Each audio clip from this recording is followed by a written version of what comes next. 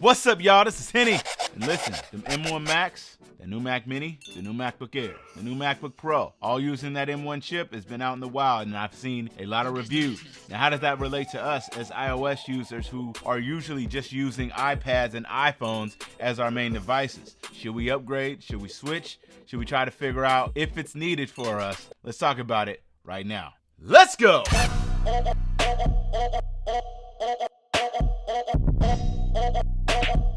The business.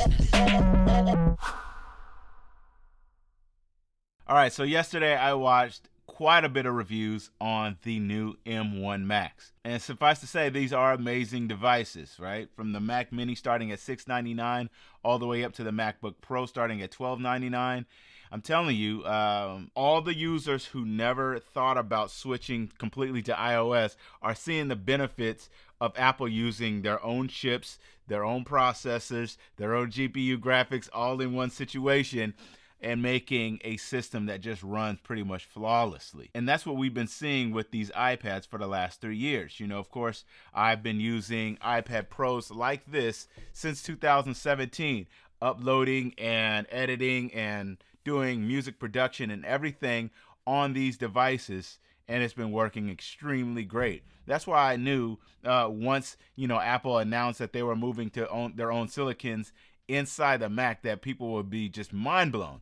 And for me, it's not as much being mind blown as the fact that I'm seeing, just what I've been seeing for years now on the Mac with these Mac desktop type apps, specifically the ones that are developed by Apple. And down the line, we'll see third-party apps get developed and coded for the Apple Silicon M1 chips. So how does that relate to us?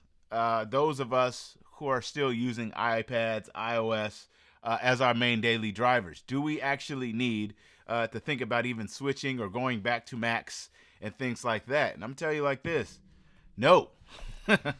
What's been established with iOS, the power that it uses, the apps that are available, the ability to do touch as well as type, as well as, using mouse and trackpads. This is the complete package. The only thing that we're missing right now is some desktop class software. And I truly believe that's what needs to meet in the middle in 2021, right? These iPads, whether you're using an iPad Air, an iPad Pro, even something like the iPad Mini, you're getting crazy performance when it comes to video editing, music production, photo editing. Some of these heavy intensive apps, are doing very, very well on devices like these. And I think that a lot of people that are just seeing the power of this with these new M1 chips, they're waiting for, certain things like maybe touch so that they can use some of these iPad, iOS apps inside their Mac, because let's be real, all the reviews have been saying it's amazing for everything that it can do for the Mac. But when you try to use those iOS and iPad apps on those M1 chip Macs, you're not really getting that same fluidity. You're not really getting that same type of convenience of having all of those things in one system, because it's just not built for that yet, because there's no touch, right? All those apps, all those things are built off of touch. So what I'm really hoping to see within the next year is that us as iPad users, us as iOS users, will start to see some desktop class apps like Logic, like Final Cut on these devices, right? And then on the flip side, see Apple develop, MacBook Pros, MacBooks that have better webcams, that have touch-enabled screens. If we start to see this cross-compliance between both the iPad and the Macs, specifically like the notebooks, the MacBooks, the MacBook Airs, we're going to start to see some incredible things. So I want to leave it up to you guys. I was trying to figure out which device I would order if I wanted to go with a Mac Mini just to try it out. If I wanted to go with a MacBook Air just to see how it worked in more of a laptop feel. I don't think I need to go all the way to the MacBook Pro because it's really not necessary for my needs.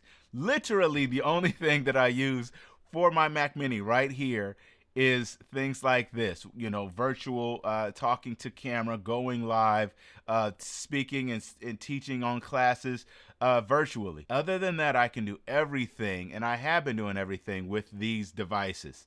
So all I'm hoping is that we can see more, desktop class apps developed for the iPad, and maybe start to see more touch going to the Mac.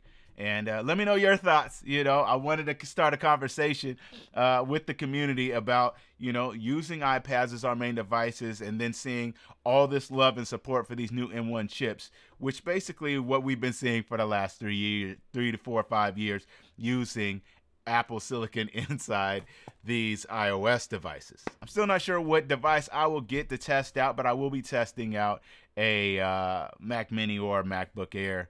The problem is none of these apps that I really want to try to use, something like a LumaFusion or maybe even like BeatMake or like my own app, Housemark One, it's not necessarily developed yet to work inside of Logic or some of those things where we could see iPad and iPhone apps work inside of other big apps like Logic and things like that. So we'll just have to see what happens and be patient. But let's start the discussion. Let me know what you guys are thinking. I just wanted to kind of get my thoughts out on this new update to these Macs and how it relates to us iPad users. And yeah, I'm not switching at all. So that's it. Quick one for you. And drop a comment. Let me know what you're thinking about all these new changes in the Apple system and what you plan to do. Talk to y'all in the next one. Hit 'em up!